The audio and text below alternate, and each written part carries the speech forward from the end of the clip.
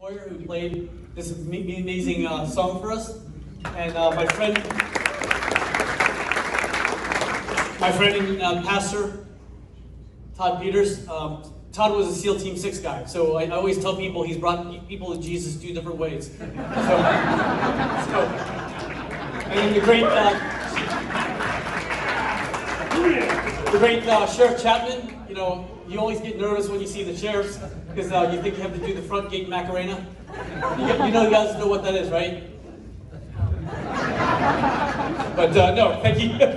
Thanks for having us here, and also Jeff Chapman, John and Melissa Cremens, Frank Ambrose, Robert and Susan Gasser, Scott and Stephanie Goodspeed, Ginger and Kip Gray, Dave Gregory, JD and his dad, Richard Norman, Louise McGon, Byron and Brittany Williams. Thank you so much for hosting this amazing event and making this possible. And to our great governor, thank you so much, sir, for being here.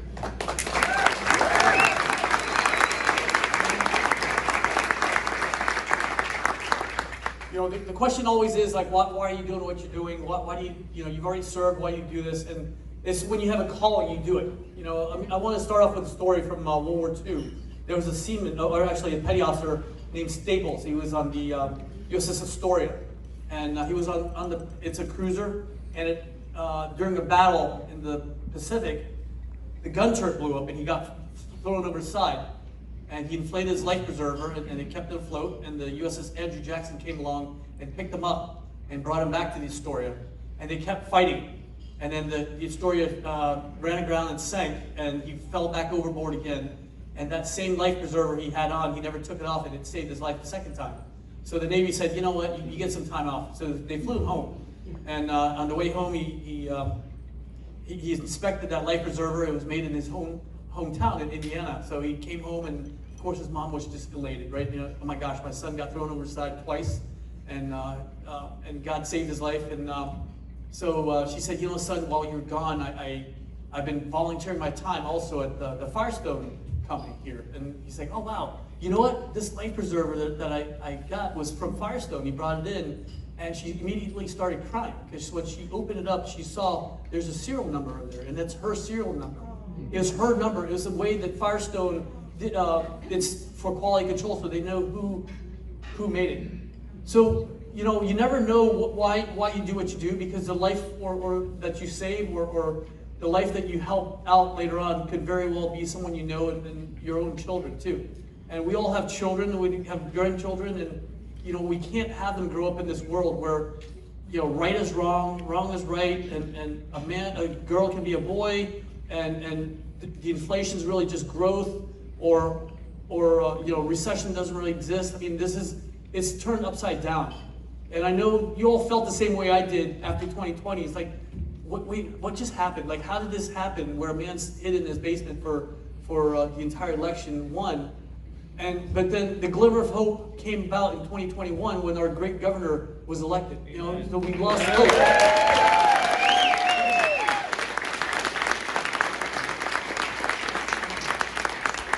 And that gave us that hope that we needed. The hope that, you know what? There are good people out there, and the people are, you know, the people of Virginia have spoken up, and all these wrongs will be righted again. And you know, at the federal level, that's my job, is to go in there to uphold the oath of office, right? The same oath of office we all took as officers, to support and defend the Constitution of the United States against all enemies, foreign and domestic, to bear true faith and allegiance to the same, that we took this obligation freely without any mental reservation or purpose evasion, that we will well and faithfully discharge the duties of the office in which we're about to enter. So help us God. That's our oath. That's the same oath that every elected member, every you know, public servant, and every military officer take. As you notice, it's not an oath to any king, any president, definitely not to any party. It's an oath to the Constitution of the United States. It's an oath to we the people. And you know, Joe Biden and Jennifer Wexton have embraced this leftist ideology that's running our country into the ground. They've forgotten their oath of office. They forgot who they work for. They work for we the people, right? So instead of forming a more perfect union, they tear us against and turn us against each other. right? Man against woman, black versus white, gay versus straight, you know, and, you know, breakfast tacos against fried wontons. I mean, it's just, it's insane, right? Instead of establishing justice, what do? They defund the police, the people that are protecting our streets. You know, I mean, instead of providing for the common defense, they weaken our military with woke ideology. And instead of ensuring you know, domestic tranquility, they burn our cities and incite violence. And instead of, you know, ensuring preserving, you know, the blessings of liberty for ourselves and our posterity, what do? They destroy our First and Second Amendments. And my opponent hasn't done anything to stand up against it. While you, the parents, were screaming for your kids to get back in schools, you know, she did nothing. In fact, she even voted against a bathroom bill that would have kept a 15-year-old girl from being assaulted by a transgender boy. You know, and while our streets are being overflowed with fentanyl and drugs that are coming through our southern border, she did nothing. She did nothing to call. She never called Mike Chapman and say, "Hey, what can I do to help you out? What can we do while our crime is rising?" She never once did she pick up the phone and call him. But instead, she voted for a bill and she sponsored a bill that defunded the police. She also funded another bill that puts social workers in the place of police officers in dangerous situations where putting themselves and the public at risk. These are things she's done.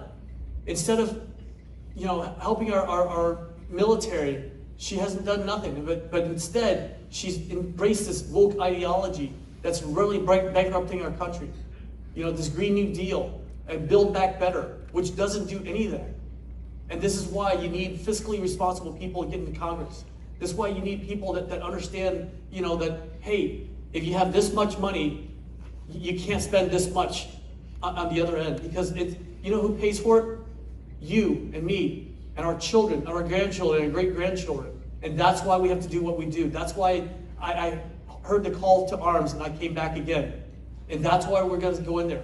I'm going to go in there and make sure that our military is the most powerful military in the world, because that's what we're going to go against China. You know, Ronald Reagan said it best. It's peace to strength. That's what we need. And then finally, as a, you know, federal lawmaker, I'm going to make sure that the federal government gets out of your way so that the governor can do his job and ensure that our, you know, the woke ideology gets out of our schools, and that we get the freedom of education back to you, the parents, who know best what's best for your children, who know how to teach them. And we need to go back to the basics, right? Full steam ahead, science, technology, engineering, arts, and math. Those are the things we need to concentrate on. And that's why I'm running for office.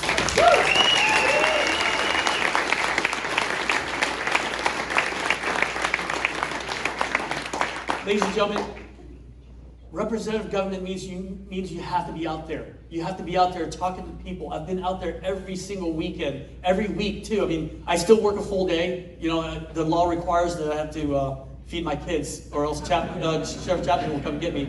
I still work a full day, and at night I campaign, and on the weekends we campaign, and we're out there. We're beating the streets, and we're talking to voters. We're talking to every single person out there. That's what representative government does. Whether you like it or not, whether they're on your side or not, you still have to listen. But instead, my opponent, all she's done in the last 2 years is put an out of office sign on her door. People don't even know who she is. They can't even say her name, because it's like, I think it's Wexler or Wexit, or I don't. But I honestly, I'm not kidding. They don't even know her name. That's not what representative government does. I guarantee you, when I'm in office, I will be out there with you. When I'm not in Capitol Hill, I'll be out there with you. And anybody who's worked for me will know, you know, my command, it just drive them crazy, because where's the commanding officer? Like, I don't know, because I'm always out there talking to sailors. So I come back and, like, I know the pulse of my command. So likewise, I'll know the pulse of our district, and I'll be out there listening and talking to every single one of you. I may not have all the answers, but I'll know where to get it.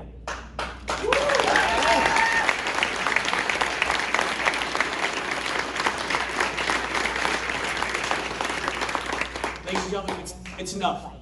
It's enough of spending our money, your money, my money, our kids' money. Enough of the woke ideology. Enough of making us ashamed of who we are or being Americans. Like, you know, my culture, we don't call ourselves Vietnamese Americans. We don't do any dash Americans.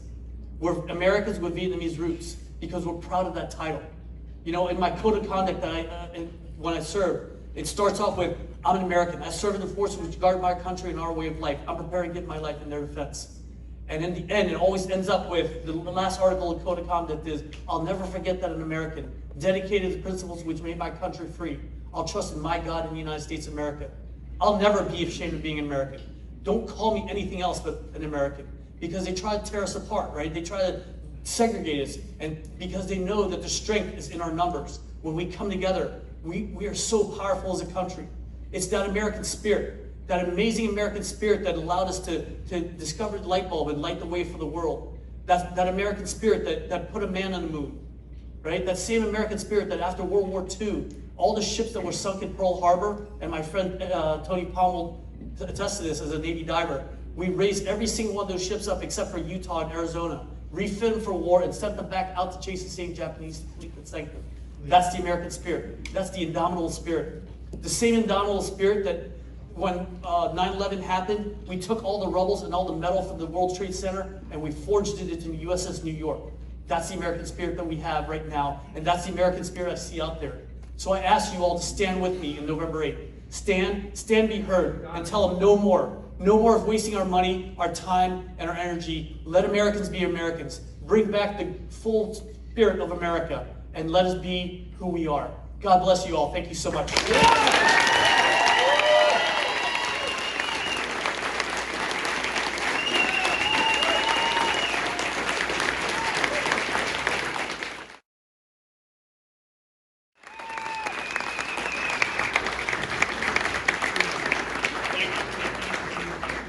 So good evening, everybody. Good evening. Good evening. The reason why we are all here is very clear. We're going to elect Hung Cao. That's it. That's why we're here. That's why we're here. And at the heart of that statement is the transformation that really started last year right here in Loudoun County. And I go all across the Commonwealth, and I go all across the nation, and people say, what happened in Virginia last year? And I say, it started in Loudoun County. It started in Loudoun County. Ground zero. But I'm going to tell you, it's not just ground zero. Loudoun County is the headwaters of a red wave. The headwaters of a red wave that swelled last year and swept us to victory in statewide races that we hadn't won since 2009. A governor who was an outsider, a historic lieutenant governor in Winsome Sears, and a historic attorney general in Jason Miyares, a majority in our House of Delegates. And all of a sudden we saw as a Commonwealth that when we lock arms, when we do exactly what Hung just described, which recognize that the spirit of America is resident in the spirit of Virginia, that in fact it's in the God that we all believe in. It's in the faith and family that we all cherish, and it's in our undeniable belief that the freedom that we all have is the key to a prosperous future. When we actually embrace those values and lock arms, amazing things happen. And that headwater that actually found its beginning in Loudoun County and began to build across the Commonwealth of Virginia is sweeping across America now. You see it every day.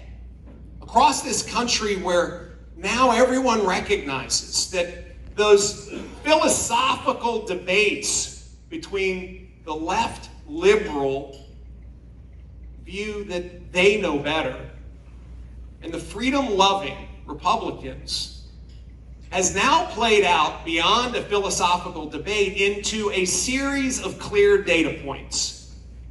And Hung illustrated many of them. Let's have an open border and see what that does for our absolute freedom. Let's, in fact, defund, demean, and deplete resources and see what that does for safety in our communities. Let's tell our children that in fact they're doing well when in fact we know they're not.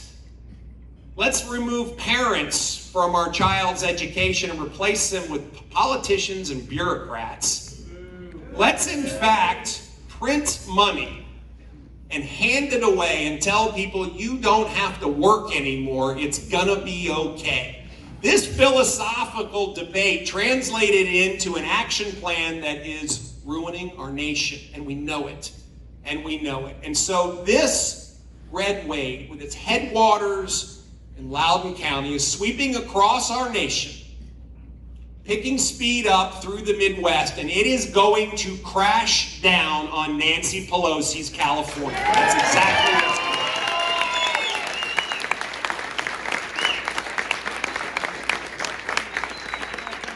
I said last year, we have a 3-chapter book to write together. Chapter 1, win Virginia back. Chapter 2, win Republican seats in our House of Representatives. And Chapter 3, win our Senate next year. Those are our 3 chapters. Chapter 1, mission accomplished. Chapter 2 is where we have to put our effort right now. The road to the majority in our House of Representatives flows through Virginia. It flows through Virginia because Loudoun County, again, is going to be ground zero. The nation is going to watch this race. They're going to watch this race because what it epitomizes is a county that just 2 years ago elected a president, Joe Biden. A county just 2 years ago elected a congressional representative in Jennifer Wexton. And a county that last year was 1 point away from flipping from blue to red. Well, this year we finished the journey. Finished the journey. Now, what's it going to take? It's going to take work. So tonight we know why we're here. Yes, we're here to elect Hung. We're here to raise money for him. And let's not mince around. I need everybody here who has not donated to donate. And those who have donated, thank you. And then all of you need to sign up to go find 10 friends who will donate to his campaign. The sad reality is that in today's world, we have got to be up on TV, we have got to have mailers, we've got to have signs, we've got to have bumper stickers. We've got to go spend some money. And we have, I think, a 93-day sprint until Election Day. And over those 93 days, we have got to go to work. And so at the foundation of it is this tonight. So if you haven't donated, please donate. And then all of you undertake the obligation to go find 10 friends. Tell them about Hung. Tell them about a man who in fact starts his morning the way I start mine, in prayer. That's this man. He believes there's a higher calling. His amazing wife, April, says, here we go again, Hung. And she does it with a servant's heart. She does it with the ferocity of a woman who understands that they have a mission they have to accomplish together. They have 5 children that they're raising. They, in fact, know what family means. And this is a man who, when he came to this country, was so overwhelmed by the opportunities that it provided to his family. A chance for a new start. An amazing education at the Thomas Jefferson School of Science and Technology that will have a meritocracy in its admissions. On to the Naval Academy, serving this nation as a distinguished, revered officer. Now he's willing to go serve his country again. This is our moment. Friends, can we not recognize that if we don't elect people like Hung, we are going to be stuck with people like Jennifer Wexton. This is the difference. Character, values, respect. This is our moment. The second thing we have to do is go to work in making this election happen. What did we learn last year? It's a lot more than showing up at the poll on voting day, because voting day is voting season. It's voting season again, folks, and it starts the 3rd week of September. And so we have to get ready now. We need volunteers. We need people who are going to be poll watchers. We need people who are going to knock doors and plant signs and make phone calls. What we did last year was turn out every possible vote that was going to vote red. We didn't turn out the other ones. It takes effort. It takes volunteers. And we need all of you to do this. There's a day that you can give, if not a week or a month, to work the polls. There's a day that you can give, if not a week or a month, that you can give to make phone calls, to knock on doors, to get your friends out and vote and tell them the story about Hung. It's that important. This is how we win. We out-execute, we out-operate, and then we out-vote. And when we do that, and when we do that together across the Commonwealth of Virginia, watch what's going to happen this year. Last year was not a one and done. Virginia's red. We have to keep her that way. And the only way we're going to keep her that way is to do the work. To do the work. There are folks here that work in precincts. We have election officials here. We have party officials here. Please go to Hung's website or find who here is an election official. I know I saw a couple. Perfect. See the hands up. Go see them. We want to volunteer. Friends, this is it. We started chapter 1 last year. It's time for chapter 2. Watch what's going to happen across the Commonwealth. Be part of it. Do not let this election happen and leave anything on the field. We must give it everything we've got. Because when we do, and we win the 10th, and we win the 7th, and we win the 2nd, and oh, by the way, we're going to grab one more. Just watch. The shock that went around the nation last year will reverberate in stereo. And everyone will say, it started in Virginia. It's continuing in Virginia. And friends, that's why Virginians should be so proud. Finally.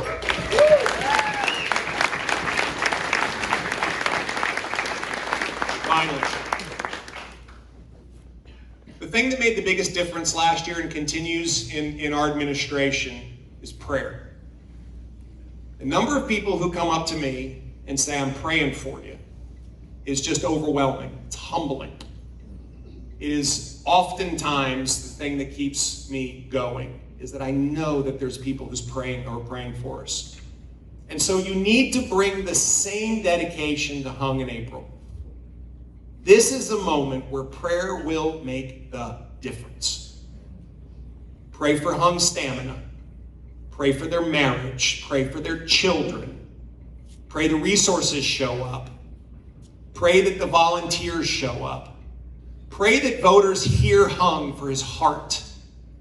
And pray that Loudoun County stands up and voices the strong beliefs in an America that's better than she is right now, an America whose best days are in front of us, an America that we all are so proud to raise our children, and an America that unleashes the amazing opportunities that freedom and liberty offer each and every one of us.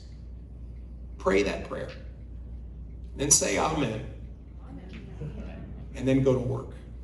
And then go to work. Ladies and gentlemen, thank you. Thank you. Thank you.